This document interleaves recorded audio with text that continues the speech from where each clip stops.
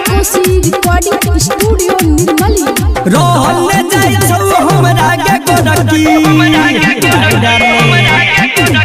रोहन जाई छौ हमरा के गोरकी मोनी के कोना मनइयोगे भूषण से नूर डगड़बौगे तोरा कनिया अपन बनेबौगे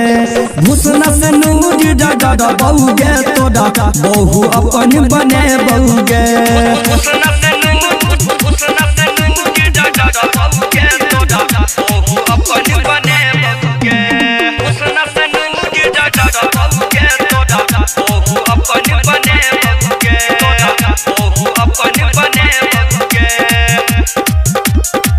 चोरी छुपी करते दिनी हम गोरी मिलबौ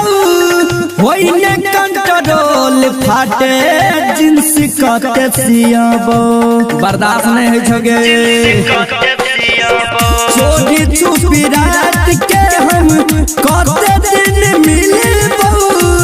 होइने कंट्रोल फाटे जिंस कते सियाबो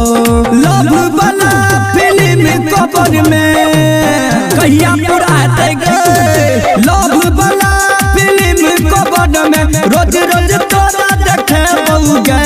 भूषण से नूर डगड़बौगे तोरा बहु अपन बने बहुगे भूषण से नूर डगड़बौगे तोरा कनिया अपन बने बहुगे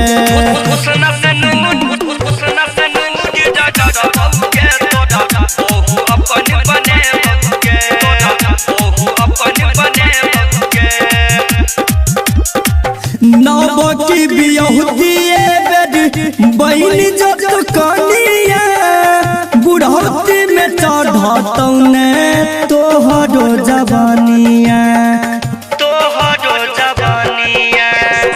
नव की बियहुती आई बेड बहिनी जत कनिया बुढ़ौती में चढ़तौने तोहरो जवानिया बेसी बेटी करे बेटा हमरा कान खोल के सुन ले बेसी बेटी करे बेटा हमरा लोकनिया धीरज के लजे बहुगे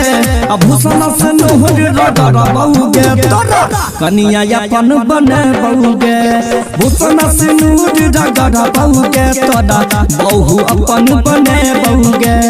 माँ कोसी रिकॉर्डिंग स्टूडियो निर्मली।